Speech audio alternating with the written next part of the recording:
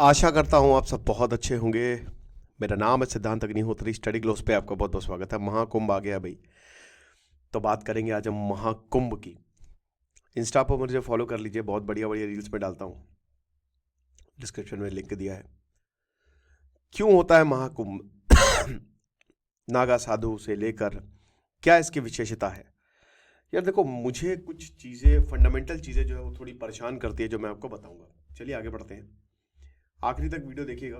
हो सकता है कुछ विवादास्पद बोल दूं, लेकिन ये भलाई के लिए ही होगा। तो माइथोलॉजी, हिस्ट्री, एस्ट्रोलॉजी, और आखिरकार ऐसा क्यों होता है कि लाखों लोग यहाँ पे आते हैं, डुबकी लगाते हैं मज़े में, और उसके बाद उनके सारे पाप, कहते हैं ना कि 12 साल में एक बार होता है, और ये तो 144 साल बाद आया है।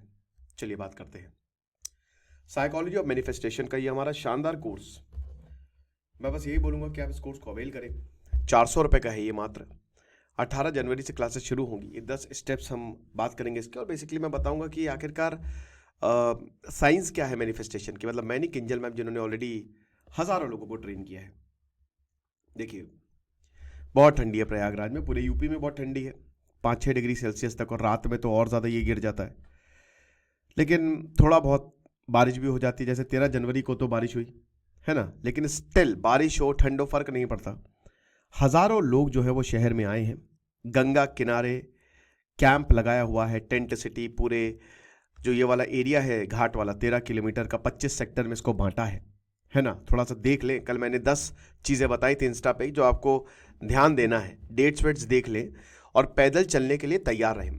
मुझे लगता है कि भारत में एक बड़ी दिक्कत है कि भारत में ट्रेनिंग नहीं दी जाती। कल मैं एक व्लॉग देख रहा था, तो वहाँ बेचारे को हेलीकॉप्टर छूट गया। पुलिस को नहीं पता कि यहाँ पे कहाँ है हेलीपैड। तो मेरे ख्याल में जब कुंभ होना तो प्रॉपर ट्रेनिंग दी जानी चाहिए। सुविधाएं दिक्कत है। स्टीव जॉब्स की बीवी आई तो थी, बट बीमार पड़ गई, लेकिन फिर भी चीजें बेहतर हैं, क्योंकि महाकुंभ है, सब भूल जाएंगे। तो प्रयागराज जो है वो महाकुंभ को होस्ट कर रहा है। एक पूरा डिस्ट्रिक्ट बन गया है ये अगले 46 दिनों तक। 26 फरवरी को महाकुंभ जो है वो खत्म होगा।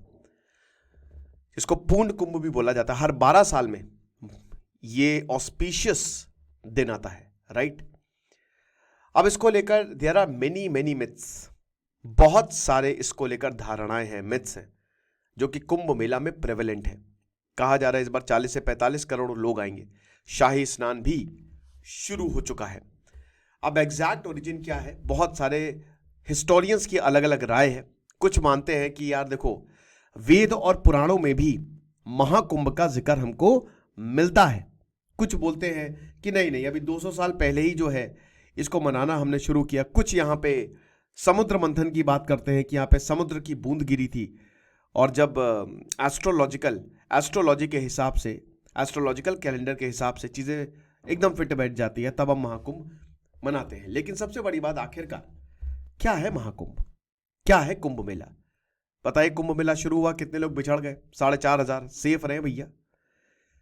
क्यों ये 4 शहरों में होता है? अर्ध कुंभ जिसको बोलते हैं, हर 3-3 साल में। उज्जैन में भी होता है, नासिक में भी होता है, हरिद्वार में भी होता है, और अब प्रयागराज में तो होता ही है 12वें साल में। ओरिजिन क्या है इस फेस्टिवल का? क्यों लाखों लोग आते हैं? चलिए बात करते हैं। तो भाई देखो, जो इसका आंसर है, आपको इसके लिए आपको सनातन समझना पड़ेगा। समझ रहे हो? मिक्सचर है मिथ्स, हिस्ट्री और जो फेथ है। बेसिकली ये सब चीजें ना भरोसे पर चलती हैं। भरोसा करोड़ों लोगों का ऐसा कि पूरी दुनिया को हिला के रख दिया। इस समय पूरी दुनिया महाकुंभ को अटेंड करने है, ये हमारी एक जीत है। डेफिनेटली जो भगवान है हमारा भला करेंगे। और जो रिवर है, they are givers. River is not only river, they are givers. लेकिन मुझे इस बात को लेकर बहुत दुख है कि हमारी जो रिवर है उसको पल्यूट किया जा रहा है। एनजीटी की रिपोर्ट के हिसाब से, एनजीटी ने तो ये बोला था कि गंगा और यमुना का पानी पीने लायक नहीं। और गंगा और यमुना का संगम जो है, हाल ही में मैंने भी 4 धाम यात्रा की थी, तो गंगोत्री यमुनोत्री में गया था, मुझे माँ गंगा को करीब से देखने का मौका मिला। लेकिन फिर भी अभी बस मैं यही चाहूँगा कि भाई देखिए, गंदगी है, आप जब संगम में जाएं तो स्वच्छता का पूरा ख्याल रखें, ठीक है ना। ये बहुत ज़्यादा ज़रूरी रहेगा। मिथोलॉजिकल ओरिजिन की बात करते हैं सबसे पहले। तो संस्कृत में कुंभ का मतलब होता है पॉट, है ना। कहते हैं ना कुम्हार क्या करता है, कुम्हार पॉट बनाता है, पिचर जिसको बोलते हैं। तो समुद्र मंथन की ही कहानी है। जब समुद्र को मथा जा रहा था, अमृत उससे निकलने वाला था, धनवंतरी जो है वो अमृत का पॉट लेके आए। जब सब कुछ मथ लिया गया जिसमें अमरता का वरदान था, अब सबको लगा कि ओ माय गॉड, असुर भी इसको ना ले ले भाई, क्योंकि अगर मान लीजिए राक्षस इसको ले लेते तो वो भी अमर हो जाते। तो इंद्र का जो बेटा था जयंत, तो जो इंद्र के बेटे थे जयन, पॉट लेके भाग गए। भैया क्या कर सकते हैं। तो अरे काम करता हूं मैं, आपको शुरुआत से ही क्यों ना बताऊं। देखो चलो शुरू करते हैं, पूरी कहानी बताता हूं, थोड़ा सा वक्त लगेगा, 2-2.5-3 मिनट में आपका वक्त लूंगा। देखो क्या हुआ कि एक समय ऐसा था कि जो पृथ्वी थी उसने अपना रूप खो दिया था, रंग एकदम बेरंग हो गई थी, क्योंकि देवताओं की ताकत चली गई थी। राजा बलि जो कि एक बहुत ही जबरदस्त दैत्यों के राजा थे वो, लेकिन राजा बलि एक वीर मानुष थे, एक कमाल, कहते हैं ना कि दान दे देते, सबको दान दे देते थे। राजा बलि भले ही दैत्यों के राजा थे, लेकिन दान में कर्ण के बराबर उनका नाम आता था। वो इतने बड़े ध्यानी थे कि जब वराह अवतार, अरे वराह क्या ना सॉरी वामन अवतार, जब भगवान विष्णु एक ब्राह्मण पौने ब्राह्मण के रूप में आए, तो उन्होंने अपनी 3 पग जमीन, लो सर ले लो मेरा, बात करेंगे उनकी भी, लेकिन सुनिए। तो क्या हुआ कि जब शक्तियां बची नहीं यहां पे देवताओं के पास, और राजा बलि ने पूरी सृष्टि को जीत लिया, देवताओं को हरा के सब कुछ जीत लिया राजा बलि ने, तो देवताओं ने सोचा यार ऐसे तो चलेगा नहीं, कुछ करना पड़ेगा। तो सब विष्णु के पास गए, भगवान विष्णु के पास गए। तो भगवान विष्णु ने कहा कि देखो अमृत लाना पड़ेगा, अमृत जब तक समुद्र मंथन से अमृत, समुद्र को मथना पड़ेगा और समुद्र मंथन से अमृत निकलेगा, और जब हम वो अमृत का पान करेंगे तभी हमारी शक्तियां लौटेंगी। अब देवताओं के पास तो इतनी शक्ति थी नहीं, राक्षसों के पास थी, तो भैया राक्षसों की मदद की जरूरत थी। लेकिन राक्षस तो राक्षस है, लेकिन राक्षस मान गए। यहां पे देवताओं ने आग्रह किया, राक्षस मान गए, और देवताओं ने बोला, बाद में देवताओं ने क्या कह रहे यार कोई बात नहीं, एक बार अमृत आ जाए उसके बाद तो फिर हम इनको देख लेंगे। राक्षस कह रहे थे कि एक बार हमारे पास अमृत आ जाए तो हम अमर ही हो जाएंगे, फिर देवता नहीं बचेंगे। तो ये पूरा हुआ, लेकिन सब मान गए, राक्षस भी मान गए अमृत के लालच में, और देवता तो उनको तो चाहिए था अमृत ताकि वो बढ़िया हो सके उनका सब कुछ। अब हम ये देखते हैं कि भाई मथना था पूरे समुद्र को, तो मथने के लिए मथानी चाहिए। तो यहां पे मथानी कैसे किया जाए, तो मंदार पर्वत जो आज बिहार में है उसको लिया गया। उसके बाद वासुकी सांप, वो एज अ रस्सी दोनों साइड मंदार पर्वत के बाती, और एक जो उसका मुख का हिस्सा था वो दानवों ने पकड़ा, क्योंकि वो ज्यादा डेंजरस था, डस सकता था, क्या नहीं सकता था, वासुकी तो भगवान है। और जो पूंछ वाला हिस्सा है वो देवताओं ने पकड़ा, ठीक है ना। लेकिन मंदार पर्वत को आप रखेंगे किस पे, समुद्र पे रखोगे तो मंदार पर्वत डूब जाएगा। तो भगवान विष्णु ने कुर्मा अवतार लिया, तो उन पे रखा गया, कछुए का अवतार लिया, उन पे रखा गया, और उसके बाद समुद्र को मथना शुरू हुआ। पर्वत घूमा, वासुकी जी रस्सी थे, और समुद्र मथा गया। और सबसे पहले कहते हैं कि समुद्र मंथन में 14 रत्न निकले थे। एक एक रत्न देख लेते। सबसे पहले निकला हलाहल। हलाहल ये था जहर। अब ये जहर को कौन पिए, अगर देवता पिए तो गए, राक्षस पिए तो गए, भगवान शिवाय बोला कह रहे चिंता मत करो, सारी प्रॉब्लम का निवारण मैं हूं, मैं ही तुम्हारा सोल्यूशन हूं। तो भगवान शिव ने वो पूरा विष पी लिया, और जैसे ही विष पिया तो भगवान मां पार्वती बोलते अरे क्या हो गया, भोलेनाथ इतने भी भोले मत बनो। तो गले से नीचे नहीं जाना चाहिए, गले पे विष रोक लिया। तभी उनका जो कंठ है वो नीला पड़ गया। नीलकंठ है ना ऋषिकेश में मंदिर, नीलकंठ से के बहुत सारे भगवान शिव के नाम है, लेकिन उनका एक नाम नीलकंठ है, वो इसी वजह से पड़ा। दूसरा जो, क्योंकि सबसे पहले विष निकला, और दूसरा जो रत्न निकला वो निकली कामधेनु गाय। अब कामधेनु गाय जो है वो हम सबको पता है इच्छा पूर्ति गाय है। आप कामधेनु गाय से, आप रामायण में भी कामधेनु गाय का जिक्र मिलता है, जिनके हर कोई चाहता है कि ये गाय हमारे पास, क्योंकि आप जो मांगेंगे वो दे देगी। फिर उसके बाद तीसरा रत्न निकला है घोड़ा, जो 7 मुख का सफेद घोड़ा था, जिसको उच्च श्रवण बोला गया। समझ रहे, बाद में इंद्र भगवान ने इनको ले लिया। फिर उसके बाद ऐरावत। ऐरावत कौन था, खूबसूरत हाथी, चौथा रत्न, जिसके 4 दांत थे, सफेद कलर का हाथी, पानी से निकला था। ऐरा मतलब ही पानी होता है। तो भगवान इंद्र की सवारी है वैसे ऐरावत। इंद्र काफी कुछ ले गए वैसे, आपको बता दूं। फिर उसके बाद कौस्तुभ मणि, जो कि भगवान इंद्र उन्होंने अपने हार्ट में, मतलब भगवान विष्णु ने अपने हार्ट में, दिल में उन्होंने उसको। देन उसके बाद पारिजात ट्री, ये एक डिवाइन ट्री था, स्वर्ग में इसको लगाया गया था। और कहते हैं कि श्री कृष्ण जो है ये मतलब पारिजात ट्री से जो भी फल निकलता है, फूल निकलता है, उसको देवताओं को अर्पित किया जाता है। तो कहते हैं श्री कृष्ण जो है ये जो पेड़ है इसको पृथ्वी पे लाए थे और पृथ्वी का कल्याण किया था। फिर कल्प वृक्ष ट्री, अगेन जैसे कामधेनु गाय है वैसे कल्प वृक्ष, ये वो ट्री है, ये वो वृक्ष है, आप कुछ भी मांगोगे ये पूरा करेगा। देन उसके बाद वरुणी मदिरा। अब वरुणी किसको दिया जाए? लो भैया राक्षस, बुरी चीजें राक्षस को दे दी।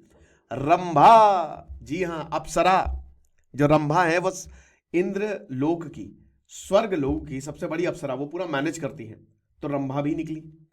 देन उसके बाद मां लक्ष्मी कमल से निकली। अब देखिए हर कोई चाहता था कि मां लक्ष्मी जो है, राक्षस चाहते थे लक्ष्मी, क्योंकि हर कोई चाहता कि पैसा मेरे पास आए, तो मां लक्ष्मी मेरे पास है। देवता चाहते थे मेरे पास है, लेकिन मां लक्ष्मी ने विष्णु को अपना, भगवान विष्णु को अपना वर चुना, राइट। उसके बाद 5 जन्य शंख, शंख का बहुत बड़ा महत्व है, भगवान विष्णु के हाथों में आपको शंख दिखेगा ही दिखेगा, ये निकला। देन उसके बाद चांद, जो भगवान शिव ने अपनी जटाओं में धारण किया, ठीक है, चांद भी इसी समुद्र मंथन से निकला। उसके बाद धनवंतरी निकले, और धनवंतरी निकले अमृत का कुंभ लेके। आखिरी में आपको अमृत मिला, पॉट लास्ट में आपको मिला, राइट।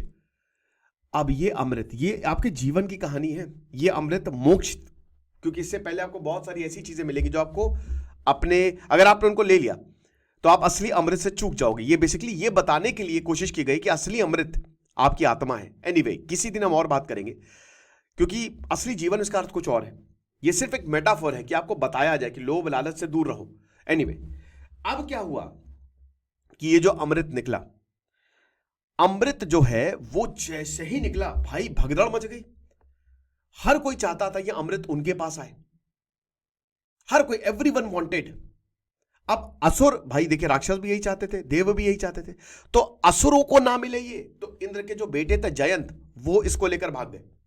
सूरज और उनके बेटे शनि बृहस्पति, जो प्लैनेट जुपिटर, तभी कहते हैं ना सन सैटर्न और जुपिटर एकदम एक लाइन में आने चाहिए, एंड द मून, वो इनको बचाने के लिए भागे। इस तरीके का कुछ हिसाब किताब था, ठीक है ना। अब देखिए एक कहानी तो जयंत की, दूसरी कहानी यह है कि गरुड़ लेके उड़ गए, और गरुड़ जब लेके उड़े या जयंत जब लेके भागे, तो ये अमृत जो है वो 4 जगह पर गिरा, हरिद्वार में, प्रयागराज में, उज्जैन में और नासिक त्र्यंबकेश्वर जो ज्योतिर्लिंग है। 12 दिन तक वो भागते रहे, है ना, और एक दिन जो है वो 1 साल के बराबर होता है। अब आप समझे कुंभ मेला हर 4 साल में क्यों मनाया जाता है?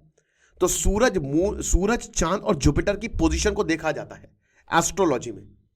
और प्रयागराज और हरिद्वार जो है वो वही हर 3-3 साल में, क्योंकि जहां जहां ये गए वहां पे जहां पे अमृत की बूंदें गिरी वहां पे कुंभ जो है वो मनाया जाने लगा। 12 साल में इसको पूर्ण कुंभ बोला जाता है, जहां महाकुंभ। तो ये चीज है। अब जितनी भी 4 प्लेसेस आपको दिख रही हैं, they are on the banks of river. Haridwar जो है उनके पास गंगा है, प्रयागराज संगम होता है वहां पे गंगा यमुना का, आप समझ रहे हो। उज्जैन में शिप्रा है, नासिक में गोदावरी है जिसको दक्षिण गंगा बोला जाता है। तो कहते हैं कि जब भी आप इसमें डिप लोगे, आप नहाओगे ना, तो आपको अमृत मिलेगा, एक तरीके से आपकी बॉडी प्यूरिफाई हो जाएगी, है ना। तो कुंभ मेला इसलिए, और यहां पे देखिए जो नागा बाबा हैं, जो नागा साधु हैं, वो आपको पूरे भारत में पहाड़ों पे मिलेंगे, भ्रमण करते हुए मिलेंगे, लेकिन वो कुंभ में आपको जरूर, वो इतनी आसानी से दर्शन नहीं देते, लेकिन कुंभ में नागा साधु आएंगे। हर साधु जो है वो कुंभ में जाता ही है, सारे अखाड़े जो है यहां पे जाता है, तभी लोग इनका आशीर्वाद लेने भी आते हैं। आम लोग भी इनसे मिल सकते हैं, इनसे सीख सकते हैं। गंगा का इंपॉर्टेंस बहुत है हिंदू रिलीजन में, हम सबको पता है। शिप्रा जो है, कहते हैं कि ये शिप्रा नदी जो है, भगवान जो विष्णु है जब वो वराह अवतार में आए तो उन्हीं के ही दिल से निकली है। गोदावरी जो है उसको दक्षिण गंगा बोला जाता है, जैसा कि मैंने बताया। अब सबसे बड़ी बात यह है, तो कुंभ के बारे में हमने, आखिरकार कुंभ की साइट को कैसे डिसाइड किया जाता है, कब होगा कुंभ, तो ये एस्ट्रोलॉजिकल कैलकुलेशन के हिसाब से होता है। 12 साल में, जैसा कि हमने बताया, कुंभ मेला होगा। जुपिटर जो है उसको 12 साल लगते हैं ना, it takes actually 12 years to complete the revolution around the sun, समझ रहे हो। तो इसीलिए यहां पे जो है वो रिलेटिव पोजीशन को देख के देखा जाता है कि कुंभ मनाया जाएगा। जुपिटर जो है, इट इज, जब वो कुंभ राशि में होता है, एक्वेरियस, कुंभ राशि एक्वेरियस होती है ना, and the sun and the moon in Aries, जो सूरज और जो, आई एम सॉरी थोड़ी सी डकार आ गई, जो सूरज और जो चांद है वो मेष राशि में होते हैं और धनु राशि में होते हैं, तब कुंभ को हरिद्वार में मनाया जाएगा। जब जुपिटर जो है वो टॉरस में होता है और सूरज जो है वो केप्रिकॉर्न में हो, सूरज और चंद्रमा केप्रिकॉर्न में होता है, मकर जिसको कहते हैं मकर राशि, तो कुंभ प्रयाग में होगा। जब जुपिटर लियो या सिंह राशि में होता है, जब सूरज और मून जो है वो कैंसर में होता है, तो कुंभ जो है वो नासिक या त्र्यंबकेश्वर में होगा। समझ रहे, इसको सिंहस्थ कुंभ भी बोलते हैं।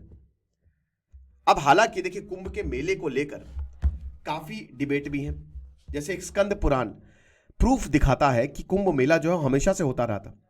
चाइना के जो यात्री ह्यून सैंग वो बताते हैं कि प्रयागराज में 7वीं सेंचुरी में भी कुंभ था, बहुत जबरदस्त। प्रोफेसर गिरिजा शंकर शास्त्री जो है वो ये बताते हैं, जो बीएचयू डिपार्टमेंट के हेड है, ज्योतिष डिपार्टमेंट के, बताते हैं कि देखिए कोई स्क्रिप्चर ये आपको नहीं बता सकता कि एग्जैक्ट कुंभ कब शुरू हुआ। समुद्र मंथन में इसका उल्लेख मिलता है ना, लेकिन स्कंद पुराण जो है वो ओरिजिन बताता है कुंभ मेला की, ठीक है ना। तो ये चीज है, हालांकि बहुत सारे पुराण की चीजें अभी सरवाइव नहीं किए हैं। दीपक भाई ज्योतिषाचार्य ये बताते हैं कि भाई गोरखपुर गीता प्रेस ने महाकुंभ पर्व मतलब एक बुक पब्लिश की थी, उसमें बताया था कि ऋग्वेद में के श्लोक में मेंशन है कि अगर आप कुंभ मेले में पार्टिसिपेट करते हैं तो आपको बहुत ज्यादा फायदा मिलने वाला है। 8th सेंचुरी के हिंदू फिलोसफर है आदि शंकराचार्य, उन्होंने जब 4 मठों की स्थापना की, ठीक है ना, तो ताकि लोग यहां पे आ सके, तो उसमें भी उन्होंने कुंभ मेले को बहुत बड़ा स्थान दिया था, ये कहा गया। कामा मैक्लियान जो कि एसोसिएट प्रोफेसर है South Asian and world history at Australian University New South Wales, उन्होंने कहा कि देखिए ह्यून सैंग जो है वो एक फेयर को मेंशन करते हैं, तो वो यही बताते हैं कि this is the ancient adaptation of Magh Mela, जो 1857 के बाद 1857 के बाद इसको रीब्रांड किया गया। देखिए इनके व्यूज से तो मैं बहुत ज्यादा, अब ब्रिटिश की आप क्या ही बताएंगे, है ना। मुझे हालांकि बहुत सारे हिस्टोरियंस वही बता रहे ना कि इससे एग्री नहीं करते, मैं भी एग्री नहीं करता, मैं कोई प्रोफेरी हिस्टोरियन नहीं हूं, ठीक है ना। सो इसीलिए तो professor DP Dubey, retired professor जो ancient history university of Allahabad के हैं and general secretary society of pilgrimage study के, उन्होंने बहुत ही ज़बरदस्त तरीके से इसको स्टडी किया और बताते हैं कि जो फेयर है हरिद्वार में वो हो सकता है कि शायद फर्स्ट कुंभ मेला हो, है ना, माइट बी पॉसिबल कि हरिद्वार में सबसे पहला कुंभ मेला जो है वो लगा था। ओरिजिन जो कुंभ की है, they are linked to the worship of Ganga, भगवान जो माँ गंगा की वर्शिप है, जो नॉर्दर्न प्लेन को जिंदगी देती हैं, है ना। एंशिएंट हिंदू ट्रेडिशन में सबसे बड़ा नाम मां गंगा का आता है, तो इस वजह से भी हो सकता है, बताते हैं। और जो साधु हैं, सबसे बड़ा जो इंपॉर्टेंस है वो इन साधुओं का है। They are spreading the ideas. उन्होंने 4 कुंभ मेला के आइडियाज को हर जगह फैलाया, ठीक है, और इसीलिए हमको इतनी बड़ी गैदरिंग देखने को मिलती है। अब एक किताब जो है Kumbh Mela pilgrimage to the greatest cosmic fair, उसमें बताते हैं डीपी दुबे सर कि भाई देखिए मुगल एरा के आप रिकॉर्ड्स छानिए, ठीक है, जो सन्यासी अखाड़ा के पास थे, उन्होंने उसमें लिखा है कि कुंभ मेला जो है वो 12th सेंचुरी के बाद, यानी कि आज से लगभग 800 साल पहले, 900 साल पहले कुंभ मेला को जो है ऑर्गेनाइज किया जाता था, है ना। और एक तरीके से भक्ति मूवमेंट को उसने और ज्यादा बल दिया, ये चीज है। तो सबसे बड़ी बात कि अब पिलग्रिम जो है, जो सन्यासी हैं, वो आखिरकार कुंभ में करते क्या है भाई, जाहिर सी बात है रिचुअल डिप लेते हैं ताकि उनके पाप धुल जाएं, जिसको कल्पवासी बोला जाता है, राइट। बड़ा क्राउड आता है, यू नो। अब इसमें देखिए इकोनॉमी अच्छे से चलती है। अब आप देख अभी बहुत ज्यादा पैसा जो है वो यूपी बनाएगा, और सबसे बड़ी बात पूरी दुनिया में इसका नाम होगा, ये चीज है भाई। ये भी रिकॉर्ड है historically, there are records of Venetian coins and European toys. मतलब आप ये समझिए कि कुंभ मेले में ये यूरोपियन टॉयज और वेनेटियन कॉइन्स ये सब भी बिकते थे। मेला बहुत बड़ा लगता है पहले के जमाने में, तो अब तो इतना कुछ हो गया है, इतना मॉडर्निटी आ गई है, लेकिन पहले के जमाने में कुंभ को सबसे बड़ा पर्व माना जाता था, ये चीज है। कहते हैं कि अगर आप कुंभ, जो कि मतलब एक घड़ा जो पूरा घी से भरा हुआ है, अगर आप उसको डोनेट करते हैं तो बहुत पुण्य आएगा, है ना। डिवोटीज जो है, बहुत लोग मेले में, क्योंकि सब जगह से संत साधु आते हैं, कितना ज्ञान आपको मिल सकता है आपको पता है, आपको रिलीजियस और स्पिरिचुअल गाइडेंस मिल सकती है, ये चीज है। बहुत सारे साधु अखाड़ा ने कैंप बनाए हैं, वो बात के लिए जाते हैं, शाही स्नान के लिए जाते हैं। हालांकि कई बार देखिए थोड़ा बहुत झगड़ा भी रहता है, लेकिन ठीक है, सब you know it is a very playful thing. Kumbh Mela ने हमारे इतिहास को गढ़ने में एक बहुत इंपॉर्टेंट रोल प्ले किया है। इनफैक्ट पूरे धर्म ने बहुत इंपॉर्टेंट रोल प्ले किया। से भारत यूनाइट है मेरे भाई, पूरी समाज को यूनाइट करने में कुंभ मेला का एक बहुत बड़ा हाथ है।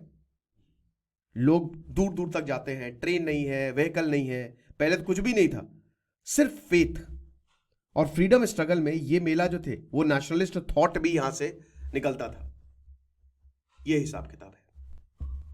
लेकिन बस मैं यही बोलूंगा कि अगर आप कुंभ जा रहे हैं तो 2-3 चीजें ध्यान में रखिए। पहली बात तो ये है कि डेट्स बहुत अच्छे से देख लें। दूसरी चीज ये है कि आपको चलना पड़ेगा, 8-10 किलोमीटर आराम से चलना पड़ेगा, क्योंकि और अभी ये देखिए भीड़ बहुत तगड़ी होने वाली, तगड़ी भीड़ होने वाली है। अपनों को खोए ना, जैसे आज मैं वीडियो देख रहा था, 4,500 पहले दिन बिछड़ गए, और एक तो भैया डुबकी लगाने गए थे तो चड्डी पहन के खड़े थे और बोले कि मैं 2 घंटे से खड़ा हूँ कड़कड़ाती ठंड में, सारे कपड़े मोबाइल सब मेरे परिवार वालों के पास है। खोया पाया केंद्र में लंबी लाइनें लगी हुई हैं। सेफ्टी रखिएगा, कोई ऐसी जगह से मत खाइएगा या फिर गंदगी मत फैलाइएगा, ये बहुत इंपॉर्टेंट है। कुंभ जो ऐप है वो डाउनलोड कर लीजिए, उसमें गूगल के साथ इन्होंने पार्टनर करके आपको नेविगेशन में आसानी होगी। और कोशिश करें कि बुकिंग पहले से ही कर लें। भीड़ के लिए तैयार रहिए, गंदगी मत फैलाएं please. Thank you so much.